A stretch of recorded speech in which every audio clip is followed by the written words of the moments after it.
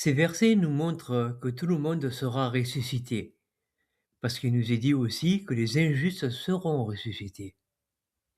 Jean au chapitre 5 et le verset 28 nous dit: Ne vous étonnez pas de cela, parce que l'heure vient où tous ceux qui sont dans les tombes entendront sa voix et sortiront.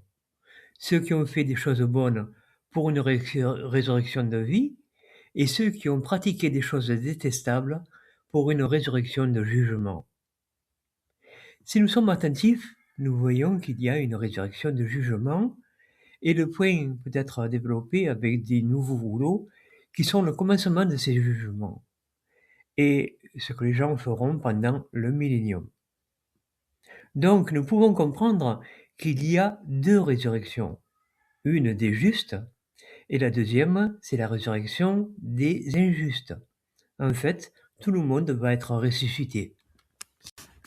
Alors certains diront que le péché contre l'esprit n'a pas de pardon. Et c'est vrai, parce que c'est marqué. Maintenant, est-ce que le péché contre l'esprit est fait d'un péché qui fait mourir éternellement? Dans certains cas, oui, mais ils sont très peu nombreux. C'est pour cela que nous n'allons pas parler de ça. Le verset nous dit bien que ce sont tous ceux qui sont dans les tombes qui vont sortir, et je vais vous faire comprendre par là que tout le monde sera ressuscité. Ce qui veut dire qu'aucun homme ne sera jugé avant sa mort. Peu importe ce qu'il a fait, il sera relevé, puisque le texte est clair sur ce sujet. C'est ce que nous pouvons penser parce que le temps du jugement se fait que dans les 1000 ans. Cela veut dire aussi que les injustes actuellement vivants ne seront pas non plus jugés. C'est d'ailleurs ce que nous dit Jésus. En Matthieu chapitre 12, verset 31, il dit: Voilà pourquoi je vous dis que toutes sortes de péchés et d'injures seront pardonnés aux hommes.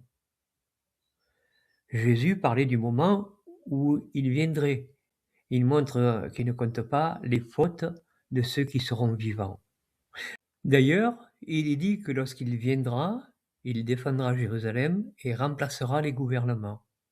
C'est après, dans le millénium, qu'il jugera les individus. Nous avons donc pas mal d'indices qui montrent que tout le monde devrait être ressuscité. Nous pouvons voir aussi que les habitants de Sodome et de Gomorrhe vont être ressuscités, ce qui nous donne une base pour savoir ce qu'est un injuste. Pourtant, beaucoup pensent qu'il faut avoir la foi avant la venue de Jésus, ce qui est vrai pour l'enlèvement des justes. Ceux qui n'ont pas foi ne pourront pas être enlevés. Ils devront subir la punition prévue à cet effet, puisque c'est la mort. Ils seront relevés plus tard et pourront exercer la foi en Jésus. Et nous comprenons que dans ces conditions, beaucoup auront foi. La foi peut être exercée en tout temps, mais nous pouvons voir qu'elle ne s'arrête pas quand Jésus vient. Elle continue dans le monde nouveau avec les ressuscités. Il est bien dit que le péché engendre la mort, mais il n'est pas dit que le péché engendre la mort éternelle.